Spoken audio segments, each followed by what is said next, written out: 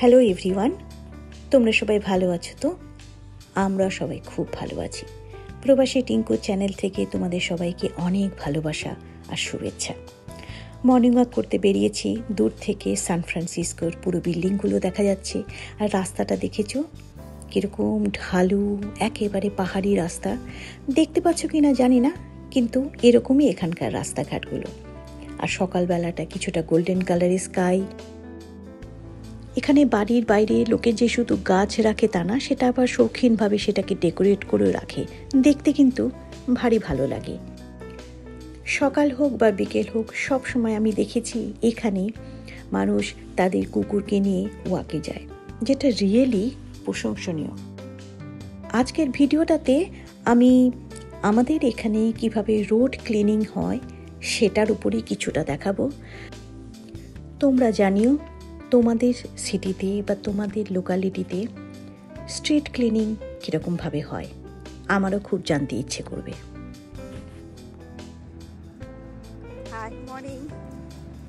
এখানে প্রত্যেকটা গলির প্রত্যেকটা লেনে সময় অ্যান্ড বার, কী বারে রোড ক্লিনিং হবে সেটা আগের থেকে জানা থাকে। যেমন আমাদের বাড়ির যে সাইডটা, সেই বাড়ির সাইডে সোমবার দিন সকাল 8:30টার সময় ক্লিনিং হয়। আর সেরকমভাবে প্রত্যেকটা রোডে, এই রোডে যেরকম আলাদা, আমি যে রোড দিয়ে হাঁটছি অন্য রোডে আবার আলাদা, কিন্তু যেই টাইম স্লটের মধ্যে রোড ক্লিনিং হয় সেই টাইম স্লটে সেই সময়টাতে 8টার থেকে 8:30টার মধ্যে কোনো গাড়ি রাখা চলবে না। মানে আমরা যদি গাড়িও পার্ক করি সেটা কিন্তু আমাদের ফাইন হয়ে যাবে। আর ফাইনটাও বেশ স্টিফ ফাইন, যার জন্য আমরা সেই সময় রাস্তার থেকে গাড়িটা সরিয়ে আমাদের অন্য জায়গাতে রাখি। বিকজ কি করে ফাইন হবে সেটাও একটা বেশ ইন্টারেস্টিং। গাড়ি যখন রোড ক্লিনিংয়ের গাড়ি আসবার আগে একটা ট্রাক আসবে, এসে দেখবে কোন কোন গাড়ি ওই রোডের মধ্যে আছে আর কোন কোন গাড়ি নেই, সেটা দেখে সে চলে যাবে। আর কার পার্কিংয়ের ফাইনের জন্যে যে পুলিশরা থাকে, তাদের ছোট গাড়িতে করে তারা আসবে, এসে প্রত্যেকটা জায়গা, যে জায়গাটার উপর দিয়ে অ্যালটেড জায়গাটার উপর দিয়ে গাড়ি এসে গাড়ি ক্লিন করবে, সেখানে দেখবে যে গাড়ি থাকবে সেই গাড়ির উপরে ফাইনের পার্চিটা লিখে রাখবে।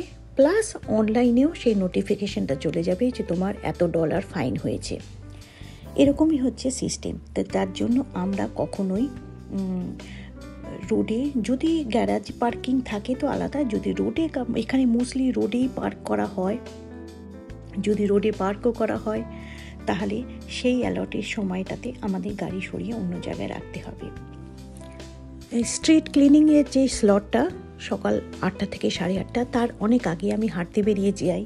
কাজে আমি এখন যে হাঁটছি, এখন শুধুমাত্র লোকজন দেখছো হার্ডলি একটা কি দুটো মানুষ আমাদের নেবারহুডে তাদের কুকুরকে নিয়ে হাঁটছে, আর আমি হাঁটছি। এখনও রাস্তা নিঝুম আছে, মাঝে মধ্যে শুধুমাত্র একটু সূর্যের আলো আসছে। আর এখন ফল সিজনও আসতে চলেছে, তাই গাছের পাতা একটু হলুদ হয়েছে, আর সূর্যের আলোটা বিল্ডিংয়ের উপর পড়ছে। এইসব বিউটি নিচ্ছি। সেই সাথে সাথে ভাবলাম এখানে স্ট্রিট ক্লিনিংটা কি করে হয়, কেমনভাবে হয়, কীরকম সিস্টেম হয় সেটা একটু আগে তোমাদেরকে জানাই।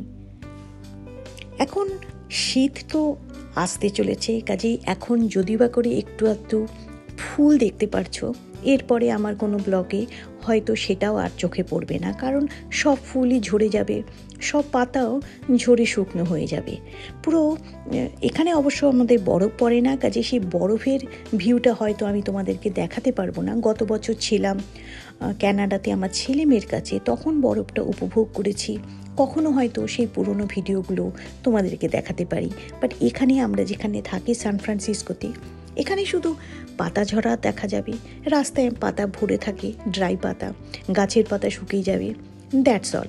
মানে ক্যামেরাতে ওই যে প্রচণ্ড ঠান্ডা, প্রচণ্ড হাওয়া, সেটা তো আর দেখাতে পারবো না, কিন্তু মোটামুটিভাবে এখানকার শীতটা ওরকমই। বাট প্রচণ্ড চিমটি কাটা শীত।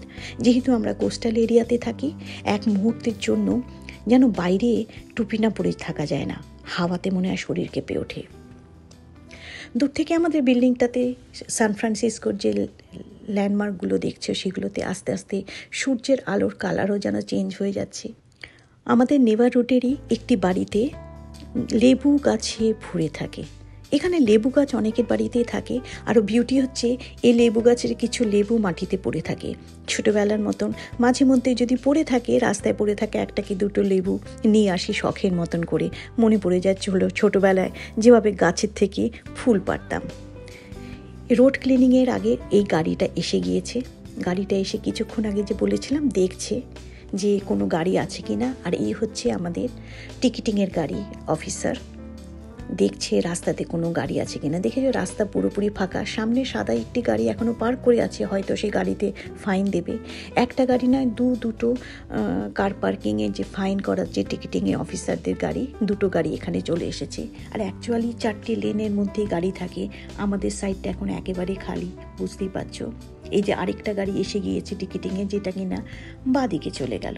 এই যে এরকমভাবে 4টে লেনে সমস্ত এই টিকিটিংয়ের অফিসারদের সমস্ত গাড়ি দাঁড় করানো থাকবে। আগে রাস্তাটা ক্লিয়ার আছে কিনা দেখবে, যদি ক্লিয়ার না থাকে তো দাঁড়িয়ে আগে সেই সব গাড়িগুলোতে ফাইন দেবে, তবে আসবে রোড ক্লিনিংয়ের এই ট্রাক। এসে পুরো ব্রাশ দিয়ে আর ভ্যাকুমের মতন একটা কিছু দিয়ে পুরো রাস্তাটাকে ঝাড়তে ঝাড়তে ক্লিন করতে করতে যাবে।